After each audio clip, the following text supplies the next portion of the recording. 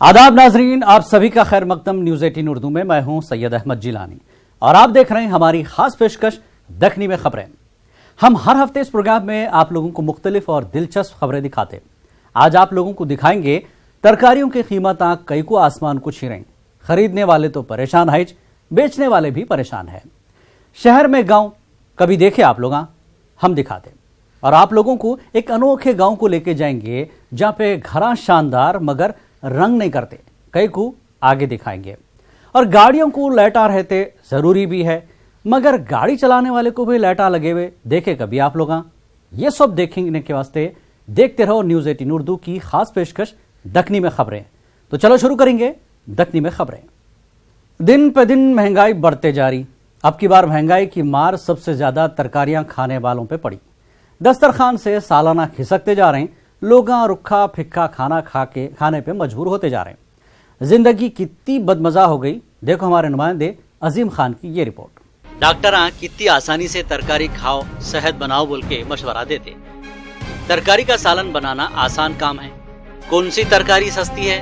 तरकारी का रेट सुने तो हालत बिगड़ जा रही। कद्दू महंगा है, 30-40 रुपए कद्दू बिक रहा और पानी रहने से कद्दू महंगा होगा। आम महीनों में बोलो 20 रुपए, 10 रुपए, 12 रुपए मिलता। पानी नहीं पड़ने से 30-40 रुपए होगा। पूरे तरकारी महंगा है। हरा मसाला क्या, बारीक मिर्ची क्या, सब कुछ महंगा है। मंडी मिरालम में जो है सो कोतमीर पहले 10 के 4-5 थे, आज 10 के 20 के 3 या 20 के 4 बेच रहे हैं। ये सौदे इतने कम आने की वजह से रेट काफ़ी बढ़े हुए हैं और गिराक को भी काफ़ी तकलीफ हो रही है और हमको भी काफ़ी तकलीफ हो रही है खरीदने के लिए। और गिराक भी जो है सो सब्जी महंगी है हो रहा, लेकिन हम लोग भी काफ़ी महंगी खरीद रहे हैं। और जो सो माल ले आने की वजह से, यहाँ पर बारिश नहीं होने की वजह से सौदे कम आ रहे हैं, जिसकी वजह से जो सो सौदे महंगे हैं। कोतमीर भी 10 के 4-5 मिलने के आज 20 के 3 या 4 मिल रहे हैं और पुदीना भी 20 के 3-4 है। पालक भी 20 के 4 या 5 पालक है। मामूली कोतमीर का कट्टा भी आम आदमी की पहुंच से निकल के खास लोगों के हाथों में चले गया। एक कोतमीर का कट्टा 10 रुपए को हो गया। कोतमीर का देखा देखी उसके साथ ही करिया पाक, पुदीना और हरी मिर्ची भी भाव दिखा रही। हरी मिर्ची का अगर रेट सुन लिए तो मिर्ची लगे जैसा हो जा रहा। टमाटे का दाम मालूम होते दीदे लाल हो जा रहे।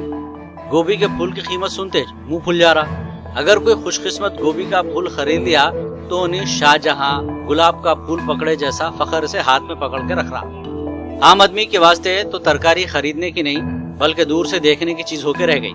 अचानक तरकारियां महंगे हो जाने से मंडी से लेके ठेला बंडी तक ग्राहकों और तरकारी बेचने वालों में किरकिरियां चल रही। तरकारी के रेट फुल बारिश ने हो के बहुत महंगे है। तरकारियां हर सब्जी बहुत महंगी है। भिंडी, हरा मसाला 10 के 5 है, पालक 10 के 4 है, अम्बाड़ा 10 के 6 है, कोतमीर 10 के 4 है। खरीदने के आसे बहुत महंगी है तरकारी, हर चीज़ महंगी है, कुछ भी नहीं है सस्ता। मार्केट में कहीं को तो टमाटर ये वो सब हर चीज़ महंगा है। पूरे हरा मसाला हर चीज़, कोतमीर, पुदीना, कराबाग मिर्ची सब महंगा है, कुछ भी नहीं है सस्ता। बाज़ अक्लमंदा बोल रही हैं जो तरकारी महंगी है इसकी तरफ देखो भी नको, जो तरकारी सस्ती है वही खरीदो। सब तरकारियां महंगे हैं। हरी मिर्ची की चटनी से काम चला लेने का भी चांस नहीं है। ले दे के आलू का रेट जहाँ कुआं है, मगर क्या 3 टाइम आलू पकाना? अच्छा चलो ऐसा ही सही, मगर आलू का सालन बनाने भी तो हरा मसाला होना पड़ता, मेथी डालना पड़ता। क्या आलू को उबाल के 3 टाइम खाने के साथ खाना या फिर बगैर सालनों की रोटी और खाना खाने की आदत डालने की कोशिश करना तो आखिर क्या करना? Bureau report, news 18 Urdu. शहरों में बड़े बड़े बिल्डिंगा तो रहते मगर गांव में रहे जैसा कुदरती हुस्न नहीं रहता। हैदराबाद शहर में गांव के जैसा माहौल पेश करने की कोशिश एक लेडी कर रही जिनका नाम नयनतारा है। शहर में रह के गांव के कुदरती मंजरों में खो जाने देखो ये रिपोर्ट। सिकंदराबाद के संगीत चौरस्ते कने एक ऐसा इलाका है जो हैदराबाद के सब इलाकों से अलग ही है। यहाँ तो मालूम न होता आप हैदराबाद में हैं, बल्कि गांव का कुदरती हुस्न जिधर देखो उधर नजर आता। नयनतारा नाम की एक लेडी है। इन्हों ये सोचे बच्चे खाली कंप्यूटर, स्मार्टफोन या लैपटॉप पे ये खेला खेले तो दिमाग तेज हो सकता, मगर जिस्मानी सेहत हासिल नहीं हो सकती। जिस्मानी सेहत के वास्ते जिस्मानी खेला और कुदरती माहौल जरूरी है। इन बच्चों की दिमागी और जिस्मानी तरक्की के वास्ते सबसे पहले बच्चों का मिट्टी से ताल्लुक पैदा करें। इन्हों गांव में रहता जैसा मिट्टी का घर बनाने, ये घर के अतराफ खुली जमीन है, सीढ़ियां तक मिट्टी के है, मिट्टी का आंगन भी है। बच्चे मिट्टी पे बैठ के खेल रहे, खेला भी सब खेला है, चिरकी बिल्ला, लंगड़ी घोड़ी, अट्ठा चम्मा, चिंचों का खेल और ऐसे दूसरे खेला है। बच्चे अगर खिलौनों से भी खेलना है तो गांव के बच्चे खेले जैसा लकड़ी के घोड़े और रिंग से खेलना है। ये घर में कुर्सियां और बेंचा भी पुराने जमाने में जैसा होते थे और अब भी गांव में इस्तेमाल हो रहे वैसी है। पंखा भी गांव के घरों के जैसा है।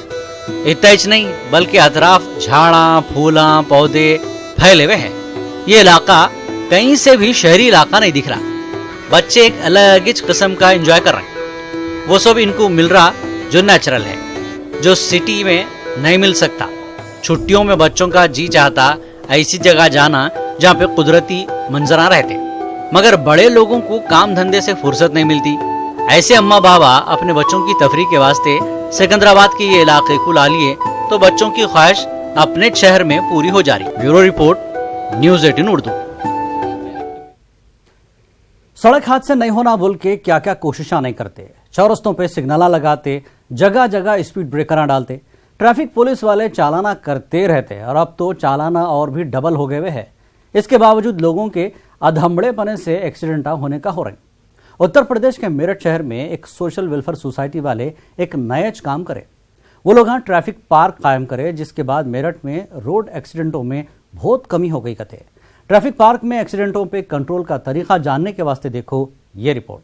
मेरठ के देवनागरी इंटर कॉलेज में है सो पार्क, सब पार्कों से अलग पार्क है। ये पार्क में लोग हवाखोरी करने या टाइम पास करने नहीं आते, बल्कि लंबे टाइम तक हाथा पांवों को सलामत रखते हुए जीने का सबक सीखने आते। ये पार्क उत्तर प्रदेश का पहला ट्रैफिक पार्क है, जिसमें रोजाना स्कूली बच्चों को और गाड़ियां चलाने वाले शहरियों को ट्रैफिक रूल्स की ट्रेनिंग देते हैं। इतना ही नहीं बल्कि पुलिस के जवानों को भी अवाम को हादसों से कैसा बचाना, अगर हादसा हो गया तो क्या करना क्या नहीं करना, ये सब सिखाते। ट्रैफिक पार्क में दे रहे सो ट्रेनिंग का नतीजा बहुत अच्छा निकल रहा। मेरठ में एक्सीडेंट बहुत ही कम हो रहे कते। मेरठ शहर एक मिसाली शहर बन गया बोल रहे। ट्रैफिक पार्क बोलने को तो पार्क है, मगर यहाँ पे आए तो ऐसा मालूम होता आप चौरस्ते पे आ गए। बड़े शहरों में जैसा कि हमेशा हादसों का डाउट रहता, वैसा मेरठ में नहीं। वो बोलते नहीं, हालात को बदलना है तो पहले खुद को बदलना जरूरी है। मेरठ के लोग अपने आप को तब्दीली ला के मेरठ को एक्सीडेंटों से पाक शहर बना। देखिए, अगर हम बात करें इस पार्क की तो ये उत्तर प्रदेश में अपनी तरह का पहला ट्रैफिक पार्क है जो किसी गवर्नमेंट संस्थान में बना हुआ है, जिसको एक एनजीओ चला रही है, मिशिका सोसाइटी चला रही है। और अगर इसमें इसके महत्व की हम बात करते हैं तो जिस तरह से आपने देखा होगा कि कोई भी चीज़ अगर हम किताब से पढ़ते हैं तो वो इतना इफेक्ट नहीं डालती है जितना कि हम उसको विजुअल देखें। बड़े शहरों में ट्रैफिक का मसला पब्लिक को कितना परेशान करते रहता, ये तो सबको मालूम है। थोड़े बेतुके लोगों की तरफ से कभी ट्रैफिक जाम तो कभी एक्सीडेंट होते हैं। बेढंगे लोगों को सुधारने 2014 में एक सोशल वेलफेयर सोसाइटी के लोग ट्रैफिक पुलिस की मदद से मेरठ के स्कूलों में रोड सेफ्टी क्लब कायम करे। इतना ही नहीं बल्कि सोसाइटी वाले बाद में देवनागरी इंटर कॉलेज में पहला रोड सेफ्टी ऑडिटोरियम और ट्रैफिक पार्क कायम करे, जिसमें रोजाना 60 स्कूली बच्चों को 2.5 घंटों तक ट्रैफिक रूल्स की ट्रेनिंग देते हैं। बच्चों के अलावा बड़ों को भी हादसों से बचने की तरीके समझाते हैं। स्कूलों के रोड सेफ्टी क्लबों में एक टीचर की निगरानी में एक टीम बना के सबसे पहले बच्चों को ट्रैफिक ट्रेनर के तौर पे तैयार करते। ये बच्चे अपने अपने स्कूलों में साथियों, टीचरों को और अपने घर में अपने रिश्तेदारों को हादसों से बचने के तरीके बताते हैं। हादसों से अवाम को बचाने की ये कोशिश को अवामी नहीं बल्कि हुकूमत के नुमाइंदे भी पसंद कर रहे हैं। उत्तर प्रदेश के वजीर स्वतंत्र देव सिन्हा तारीफ करते हुए बोल रहे हैं, मेरठ शहर हादसों पे काबू पाने वाला मिसाली शहर बन गया। सड़क सुरक्षा को लेकर माननीय योगी जी चिंतित है राज्य के अंदर, और माननीय योगी जी का सपना है कि सड़क दुर्घटना कम होना चाहिए। सभी विभागों को निर्देश दिया, और चाहे पीडब्ल्यूडी है, स्वास्थ्य विभाग, कोई विभाग हो, मतलब ट्रामा सेंटर से सब लेकर अपनी चिंता करना चाहिए, और बच्चों की दुर्घटना होती है तो तुरंत बचाने का प्रयास करना चाहिए। इसके लिए चिंतित है, जिसके कारण अभी सप्ताह चल रहा था सड़क की सुरक्षा, लेकिन सप्ताह समाप्त हो गया है। ट्रैफिक रूल्स फॉलो करने पे मेरठ को मुल्क का मॉडल सिटी बनाने की तैयारी चल रही है। नई नस्ल तक ट्रैफिक के कायदे कानून पहुंचाने से जो फायदा मेरठ में दिख रहा, उम्मीद है आगे चल के मेरठ की देखा देखी पूरे मुल्क में ट्रैफिक पार्क कायम हो और पूरे मुल्क में ट्रैफिक हादसों में कमी हो जाएगी। Bureau report, news 18 Urdu. Andhra Pradesh के डिस्ट्रिक्ट प्रकाशम में एक ऐसा नौजवान है जो अपने हैरत अंगेज कारनामों से यह साबित कर दिया कि इंसानी इरादों के सामने पहाड़ भी जर्रा बन जाते। आंधी की हैसियत हवा के एक मामूली झोंके से ज्यादा नहीं रहती। नौजवान शेख इमाम शाह के दिलेरी के कारनामे पे पेश है ये रिपोर्ट। प्रकाशम जिले के अंगोल शहर में एक नौजवान है जिसका नाम शेख इमाम शाह है। इमाम शाह एक गरीब घर में पैदा हुए। इनके वालिद मिस्त्री का काम करते थे। इमाम शाह को बचपने से ही ऊंचे टेलों और पहाड़ों पर चढ़ने का शौक था और ये शौक इनको इतना ऊंचाई पे लेके चला गया, आज इन पे लाखों लोगों को फख्र है। ये नौजवान की हिम्मत के सामने गरीबी, हालात और मौसम की कोई अहमियत नहीं। बच्चे के जुनून के साथ पहाड़ा भी कांप रहे। दुनिया के बड़े बड़े पहाड़ इनके कदमों के नीचे आते जाते। ये काम में इनकी मदद आंध्र प्रदेश की हुकूमत और स्पॉन्सर कर। इमाम शाह दुनिया के सबसे ऊंचे पहाड़ एवरेस्ट पे भी तिरंगा लहराए। एवरेस्ट पे चढ़ाई के वास्ते आंध्र प्रदेश से 130 लोगों ने दरख्वास्त दिए थे। उतने लोगों में सिर्फ 5 लोग सेलेक्ट हुए थे। वो 5 में सबसे ऊपर शेख इमाम शाह एवरेस्ट पे तिब्बत से चढ़े, जहाँ से चढ़ना मौत को दावत देने के बराबर है। वहाँ पे कितनी सर्दी रहती मालूम, सुने तो इस हैबत से थरथरी शुरू हो जाती। -40 डिग्री रहती। वहाँ पे ठंडी हवा इतनी तेजी से चलती रहती, कोई भी जानदार का नामो निशान बाकी नहीं रहता। ऐसे खतरनाक रास्ते से जाने वाले इन्हों पहले हिंदुस्तानी है। एक और हैरत की बात ये भी है, इतने डेंजर रास्ते से इन्हों गए, सबसे ऊपर पहुंचे और पूरे ग्रुपों से 3 घंटे पहले नीचे उतर गए। इमाम शाह दुनिया के और भी बड़े बड़े पहाड़ों को उनकी हैसियत दिखाई। रशिया के मशहूर पहाड़ पे 5483 मीटर, अफ्रीका के अहम पहाड़ पे 5895 मीटर और साउथ अफ्रीका के पहाड़ पे 6992 मीटर का फासला। इन और 7 मुल्कों के बड़े बड़े पहाड़ा पार करना चाह रहे। इमाम शाह को पहाड़ों पे चढ़ने के शौक के अलावा क्रिकेट और कराटे से भी दिलचस्पी है। कराटे में भी इन्होंने धूम मचाए। 7 बार डिस्ट्रिक्ट लेवल पे और 4 बार स्टेट लेवल पे और 1 बार नेशनल लेवल पे चैंपियन बने। बहरहाल इमाम शाह अपने गैर मामूली कारनामों की तरफ से दूसरे नौजवानों के वास्ते एक मिसाल बने हुए। हमारा मुल्क अलग अलग तौर तरीकों और अकीदों वाला मुल्क है, मगर बाज जगहों के रस्मा और अकीदे इतने अजीब है, सुने तो यकीन नहीं आता। ऐसा एक गाँव मध्य प्रदेश के रतलाम में है। वहाँ के लोग बाज ऐसे कामा जो करना है नहीं करते। देखो ये रिपोर्ट। मध्य प्रदेश के रतलाम में एक गांव है जिसका नाम कछालिया है। ये गांव में 1400 लोग और 200 से ज्यादा घरा हैं। घरा तो आम गांव के जैसे छोटे बड़े हर किस्म के हैं, मगर कौन से भी घर पे ना तो अस्तरकारी है और ना रंग करावा है। इतना नहीं, घर की छत पे भी लोग कवेलू नहीं डालते। कछालिया गांव वाले पानी को छान के भी नहीं पीते। काले रंग के कपड़े, जूते, चप्पल से दूर रहते। कोई भी दूल्हा घोड़ी पे बैठ के यहाँ के मंदिर के सामने से नहीं जा सकता। इतना नहीं, बल्कि मंदिर के सामने से जनाजा भी नहीं लेके जा सकते। कलर नहीं होते हैं, मोजे नहीं पहनते हैं, काले जूते नहीं पहनते हैं। 250 घर के करीबन है। कब से चला आ रहा है ये सब? ये परंपरा से चला रहे हैं। तो सभी घरों में जो है यहाँ पे रंगाई पुताई नहीं होती है? यहाँ पे बिल्कुल नहीं होती है। यहाँ पर क्या वजह है इसकी? इन भैरव बाबा कालेश्वर दरबार की आन होती है, इनकी आन रखते हैं। करीब हमारी भी 40-42 साल की उम्र हो गई है, हम भी इनकी आन रखते हैं। पहले वाले बोल रहे थे कि इनकी आन है, वो आन हम रखते हैं। घोड़ी पे दूल्हा बैठ के नहीं निकलता है, काले जूते नहीं पहनते हैं, काले पैंट नहीं पहनते हैं और पानी छान के नहीं पीते हैं। गांव के लोगों का ये मानना है, कोई भी गांव वाला गांव के उसूलों और रिवाजों को तोड़ा तो इसको जबरदस्त नुकसान उठाना पड़ेगा। एक वक्त कौन की आदमी अपने घर की छत कवेलू से बनाने की कोशिश करा तो छत से इसका 20 साला बेटा गिर के मर गया। ये गांव में दिवाली के मौके पे भी कौन से भी घर के सामने रंगोली नहीं डालते। ये सब कामा नहीं करने के पीछे कितने की किस्से कहानियां मशहूर हैं। हमारे जो परदादा थे वो उन्हीं से चला आ रहा है, वो बात करते रहते थे हमारे सामने, तो हमने भी ऐसा ही करना शुरू कर दिया। हमारी 40-42 साल की उम्र हो गई, हमने भी कुछ नहीं किया। कब से हो रहा है? जब से हमने सोच संभाला है, जब से हमने देखा है। नहीं तो गांव में मकान पे कोई कलर होता है, ना वाइट सीमेंट होती है, ना भी दूल्हे शादी होती, तो घर के अंदर जो माया वाया रहता है ना, वो भी नहीं करना पड़ता। हमारे दूल्हे सामने नहीं निकलते हैं, तो बैठ के घोड़ी बैठ के नहीं निकलते हैं। और दूसरी बात है कि अगर यहाँ झुक के नहीं निकलते हैं तो उसको परेशानी आती है।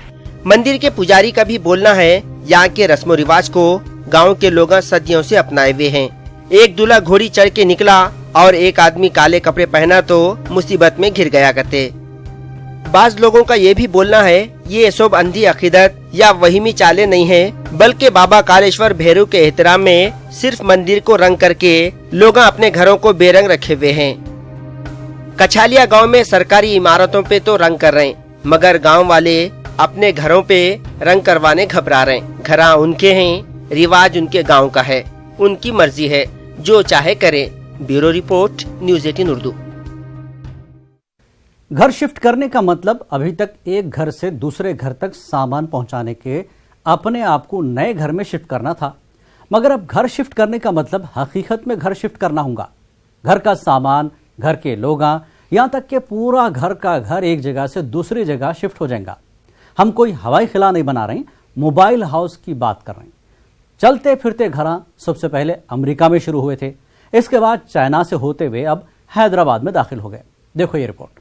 हैदराबाद के मज़ाफ़ाती इलाके दोलापल्ली में मोबाइल होम की तैयारी चल रही है। इसको गुंटूर डिस्ट्रिक्ट के निजामपट्टनम के ऑटोमोबाइल इंजीनियर जिलानी बना रहे। इन्होंने अभी तक 60 चलते फिरते घर बना लिए। मोबाइल घरों की बड़े शहरों में दिन ब दिन मांग बढ़ते जा रही है। एक घर बनाने 4.5 लाख से लेके 1 करोड़ तक का खर्चा आ रहा बोल रहे। ये घर में single bed, double bed, triple bed, room, bathroom, kitchen, balcony, 1 मंजिला, 2 मंजिला, water tank, wash basin, AC, पानी की motor, current, drainage system, sofa और पानी गर्म करने के वास्ते गीजर भी है। जिलानी जब इंडिया से बाहर थे तो इन्होंने वहाँ पे मोबाइल घरों से लोगों की दिलचस्पी देख के खुद भी मोबाइल घर बनाने के बारे में सोचे थे। इंडिया को आने के बाद इन्होंने अपने इरादे को पूरा करके दिखाया। ये घर की खास बात यह है, आप इसको टायरों लगा के ठेला बंडी को ढकलते हुए गए जैसा जहाँ बोले वहाँ फिर सकते। खास मुकामों की दिन तमाम घरों को सैर करवा के रात में फिर असल मुकाम पे आ सकते। मोबाइल घर लोग चुपका छुपी पसंद नहीं कर रहे, सोचे तो इससे बहुत फायदे हैं। मिसाल के तौर पे किसी का कर्ज देना है, रातों रात घर के साथ घर वाला गायब, दावत में जाना है, बेगम का बनना सवरना खत्म नहीं हो रहा, घर के साथ घरवाली को लेके निकल जाओ। घर को जहाँ बोले वहाँ लेके फिरते रहे तो न चोरा खुफल तोड़ते न घर में चोरी होने का डर है। अभी तक ऐसा होता था, महल्ले का माहौल पसंद नहीं आ रहा तो भी जबरदस्ती रहना पड़ता था। इस वास्ते कहावत मशहूर है, दोस्तां बदल सकते, पड़ोसियां नहीं बदल सकते। चलते फिरते घर खरीद लिए तो ये मजबूरी भी नहीं रहेंगी, जब जी चाहे पड़ोसी बदल सकते। Bureau report, news 18 Urdu. काम या तो अच्छा होता जिसकी लोग तारीफ करते, या फिर खराब होता जिस पे लोग एतराज करते, मगर इंदौर के गोपाल जोशी एक नया काम करे जिसको देख के बाज लोग खुशी से मुस्कुरा रहे हैं तो बाज लोग उनको हौला समझ के हंस रहे हैं। मगर कोई भी कुछ भी बोलने दो, गोपाल जोशी डोंट केयर बोल के जगमगाते हुए निकल जाते। देखो चलते फिरते लाइटमैन की ये रिपोर्ट। मध्य प्रदेश के शहर इंदौर में एक जने जिनका नाम गोपाल है, दिन में होटल में काम करते, रात में सड़कों पे लाइटा मारते फिरते। इन्हों हालांकि कोई कम उम्र पोटे नहीं है, अच्छी खासी कड़गी उम्र के हैं। रातों में जब गोपाल बाइक चलाते हुए निकलते तो हर कोई इनको देखते रह जाता। इनको देखे तो फिल्म याराना के अमिताभ बच्चन याद आ जाते। इन्हों अपनी बाइक कुछ नहीं बल्कि अपने जिस्म को भी रोशनियों से सजा के निकलते। गोपाल जोशी अपनी मोटरसाइकिल पे और अपने आप पे एलईडी लपेट के शहर में घूमते रहते। लाइटों को चालू रखने इन्हों बाइक में 2 बैटरियां भी हर वक्त रखे हुए रहते। इनके ये अजीबो गरीब शौक को देख के अलग अलग लोग अलग अलग बातें करते। बाज लोग इनकी जिंदा दिली को देख के खुश होके इनको लाइट मैन बोलते। बाज लोग बुढ़ा घोड़ा लाल लगाम बोल के इनका मजाक उड़ाते। गर्ज जितने मुंह उतने बाता, मगर ये सब बातों से इन पे कोई फर्क नहीं पड़ता। आप बताइए, आपने एलईडी क्यों लपेट के रखी है अपने शरीर पे? हटके शो, मतलब अलग हटके दिखना, जब अपन गुजरे तो अलग ही पहचान होना। आप कहाँ के रहने वाले? इंदौर के। तो आप क्या काम करते हैं? होटल पे काम करते हैं। तो ये एलईडी लगाने का शौक कहाँ से पैदा हुआ? नहीं, ये तो शुरू से हर दीपावली को चेंज करता हूँ। पूरे साल भर ऐसे ही आप घूमते हैं? ऐसे चलता। जब आपको लोग देखते हैं तो वो क्या कहते हैं? भाई बहुत से पागल भी कहते हैं, कोई कहता अच्छा है, बहुत ब्यूटीफुल है। सबके अपने अपने नजरिए, लेकिन अपना नजरिया अपना पास है, अपन अपने हिसाब से चलते हैं, अपन ध्यान ही नहीं देते कौन क्या बोल रहे हैं। जब लोग पागल कहते होंगे तो आपको गुस्सा नहीं आता? नहीं, अब तो वो अपन तो निकलने भी है। अपने को शो करना है तो उससे क्या सुनना। तो आप इसमें बहुत खुश दिखाई दे रहे हैं? हैप्पी, बिल्कुल हैप्पी। इन्हों इंदौर की सड़कों की रोशनी में इजाफा करते फिरने का फिर रहे। यही गाड़ी और यही लाइटा वाला जिस्म लेके अगर गोपाल जोशी कोई ऐसे खेड़े गांव में चले गए जहाँ पे लाइट नहीं है तो लोग उनको बला या मलामत समझ के गांव खाली करके भाग जाएंगे। Bureau report, news 18 Urdu. Uttar Pradesh के शहर उन्नाव में इंसानी हमदर्दी के नाते बाद सोशल वर्करां एक मिसाली कारनामा अंजाम दिए। ये लोग घरे घर जाके खाना, रोटियां और पुराने कपड़े लाते और गरीबों में बांटते, जिससे कितने की गरीबों को पेट भर के खाना और तन भर के कपड़ा मिल जा रहा। तो आप देखो नौजवानों की ये काबिल तारीफ कोशिश। मेरे को दो इजाजत, अगले हफ्ते आपसे फिर होंगी मुलाकात। आदाब।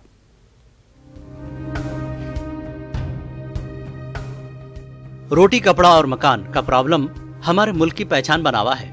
जो लोगों के पास बेहिसाब मकाना है, इनमें से एक तो भी मकान दियो बोले तो झिड़कियां देके बढ़ा देंगे, अलबत्ता पुराने कपड़े और बचावा खाना दियो बोले तो दे देंगे। यही समझ के उत्तर प्रदेश के शहर उन्नाव के 3-4 लोग 2.5 साल पहले एक स्कीम शुरू करे, जिसका नाम रोटी कपड़ा बैंक है। ये स्कीम इतनी कामयाब हुई, आज रोटी कपड़ा बैंक के मेंबरों की तादाद सैकड़ों तक पहुंच गई है। लोग स्कीम में शामिल होते जा रहे हैं, चिराग से चिराग जल रहे, अच्छाई का उजाला फैलते जा रहा। सोशल वर्करां अपने अपने इलाकों के घरों से बचावा खाना और बेकार पड़े हुए पुराने कपड़े मांग के लाते, खाना और कपड़े जरूरतमंदों में बांट देते, जिससे गरीबों को पेट भर के खाना और तन भर के कपड़ा नसीब हो जा रहा। इंसानी हमदर्दी के नाते उन्नाव के लोग जो स्कीम चालू करे, काश हर मोहल्ले के नौजवान और बुजुर्ग अपने अपने एरियो में ऐसी स्कीम शुरू करे तो रोटी और कपड़े का प्रॉब्लम बहुत जल्दी खत्म हो जाएगा। मकान का मसला हल करना आम आदमियों के बस में नहीं है। जो सोशल वर्कर रोटी कपड़े का इंतजाम कर रहे हैं, इनमें खुद कित्ते की लोग किराए के घरों में गुजार रहे होंगे, मगर जितना हो सका इतना तो ये लोग गरीबों को राहत पहुंचाने का काम कर रहे हैं। इतना भी करना कोई आसान काम नहीं है। दूसरों को राहत पहुंचाने ये लोगों को तकलीफों से भी गुजरना पड़ता।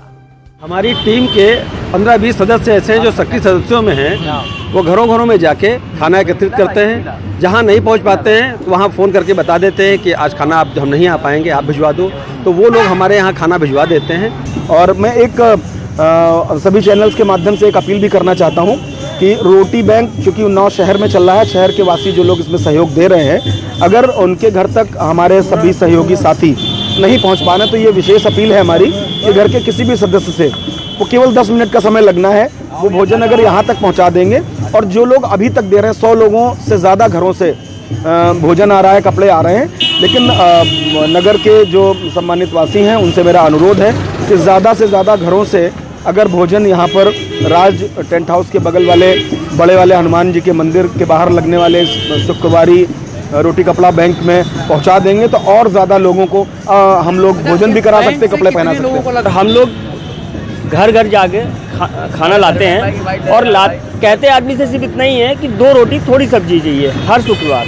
और ये नहीं है कि 2 रोटी और थोड़ी सब्जी लेते हो तो 2 ही रोटी सब्जी देते हो। यहाँ पर भर पेट खाना खिलाते हैं। 4-4 रोटी आदमी ले जाता है। यहाँ के लेबर हैं कितने और कितने रिक्शे वाले हैं, कितने मांगने वाले हैं, वो सब आते हैं, भर पेट खाना खाते हैं। कपड़ों की भी व्यवस्था कर दी है, तो हर व्यक्ति यहाँ पर आता है, उसको एक इंतज़ार रहता है कि शुक्र वाला दिन है, आज के दिन कुछ ना कुछ तो मतलब भूखा कोई नहीं जाता है।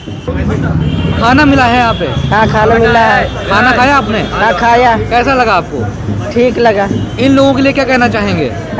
इन लोगों के लिए क्या कहना चाहेंगे? थैंक यू बोलना चाहिए। ये मौके पे हमारे को दखनी शायर सरवर डंडा के शेरां याद आ रहे। शेरां सुना के हम अपनी बात खत्म कर देंगे।